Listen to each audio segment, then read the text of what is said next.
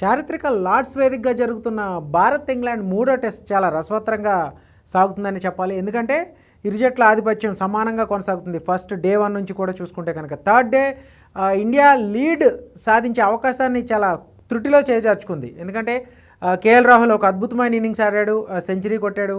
So Gill కానీ మిగిలిన బ్యాటర్లు fail అయినప్పుడు కూడా పంత్ కానీ జడేజా కానీ హాఫ్ సెంచరీలు చేశారు. సో నితీష్ కుమార్ రెడ్డి కూడా ఒక వాల్యుబుల్ ఇన్నింగ్స్ ఆడాడు. చివరిలో వాషింగ్టన్ సుందర్ కూడా సపోర్ట్ చేసినప్పటికి కూడా ఇంగ్లాండ్ ఎక్కడైతే స్కోరు ఆల్అవుట్ అయిందో అదే స్కోర్ దగ్గర టీమిండియా ఆల్అవుట్ అయింది. ఒక విధంగా టీ బ్రేక్ తర్వాత కూడా చాలా వరకు టీమిండియాదే ఆధిపత్యంగా కనపరిచింది. పంత్ తర్వాత జడేజా, పంత్ రన్అట్ అవ్వడం లంచ్ బ్రేక్కి ముందు, ఆ తర్వాత జడేజా కానీ కేఎల్ రాహుల్ కానీ కంటిన్యూ చేయడం పార్ట్నర్షిప్, వెంటనే రాహుల్ త్వరగానే అవుట్ అయినప్పటికి కూడా జడేజా కానీ తర్వాత చివరిలో వాషింగ్టన్ సుందర్ మధ్య జరిగిన ఏదైతే పార్ట్నర్షిప్ ఉందో చాలా క్రూషియల్గా అని చెప్పుకోవాలి. మనకి ఇండియాకి లీడ్ సాధించే అవకాశాన్ని వీళ్ళిద్దరూ ఇచ్చారు, జడేజా కానీ అలాగే వాషింగ్టన్ సుందర్. కానీ మిగిలిన టెయిల్ ఎండర్లు మాత్రం సరైన సపోర్ట్ రాలేదు. ఎప్పుడు కూడా మనకి ఇంగ్లాండ్కి ఈ సిరీస్లో ఇంగ్లాండ్కి మనకి ఫస్ట్ టెస్ట్లో ఏదైతే డిఫరెన్స్ ఉందో lower order batting failure, so ఈ మ్యాచ్లో కూడా కంటిన్యూ అవుతుందనే చెప్పుకోవాలి. ఒక విధంగా జడేజా అవుట్ అయిన తర్వాత మిగిలిన బ్యాటర్లు ఖచ్చితంగా 11-12 పరుగుల దూరంలో ఉన్నారు అప్పటికి ఆ స్కోర్ లెవెల్ చేయడానికి.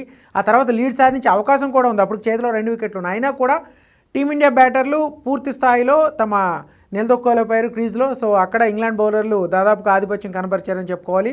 సరిగ్గా ఇంగ్లాండ్ వాళ్ళ స్ట్రాటజీ అయితే వర్కౌట్ అయింది, లీడ్ సాధించకుండా అడ్డుకోగలిగింది. ఎందుకంటే టెస్ట్ మ్యాచ్లో ఎప్పుడు కూడా లీడ్ సాధిస్తే అది 10 రన్స్ అయినా 20 రన్స్ అయినా అబౌవ్ 50 రన్స్ అయినా 100 రన్స్ అయినా కానీ ఒక సైకలాజికల్ అడ్వాంటేజ్ ఉంటుంది సో ఏ టీంకైనా కూడా. కానీ అది ఈ సైకలాజికల్ అడ్వాంటేజ్ని టీమిండియాకి దక్కకుండా చేయడంలో ఇంగ్లాండ్ బౌలర్లు సక్సెస్ అయ్యారు. అట్ ది సేమ్ టైం మన లోయర్ ఆర్డర్ బ్యాటింగ్ ఫెయిల్యూర్ దీనికి ఈ లీడ్ సాధించకపోవడానికి ఈ వాళ్ళ ఫెయిల్యూర్ కారణంగా చెప్పుకోవాలి. ఒక రాహుల్ ఒక సెంచరీ కొట్టిన తర్వాత, అలాగే జడేజా ఒక వాల్యుబుల్ ఇన్నింగ్స్ ఆడిన తర్వాత, వాషింగ్టన్ సుందర్తో కలిపి ఒక వాల్యుబుల్ పార్ట్నర్షిప్ నెలకొల్పిన తర్వాత ఈ విధంగా సేమ్ అదే స్కోర్ దగ్గర 387కి ఆల్అవుట్ అవ్వడం ఒక విధంగా నిరాశకు గురి చేసిందని చెప్పాలి. అంటే ఆధిక్యం దక్కించుకునే అవకాశాన్ని ఇండియా చేజేతిలా చేజార్చుకుంది. ఎందుకంటే లాస్ట్ ఏదైతే 3 వికెట్లు చాలా కొద్ది పరుగుల తేడాలో కోల్పోయింది. ఒక విధంగా స్కోర్ ఈక్వల్ చేయగలిగారు. సో ఎవరికీ లీడ్ దక్కలేదు. సో కంప్లీట్గా చూసుకుంటే దాదాపుగా 3 సెషన్లో 2.5 సెషన్లకు పైగా టీమిండియా డామినేట్ చేసినా కానీ చివరి అరగంటలో ఇంగ్లాండ్ బౌలర్లు పుంజుకున్నారు.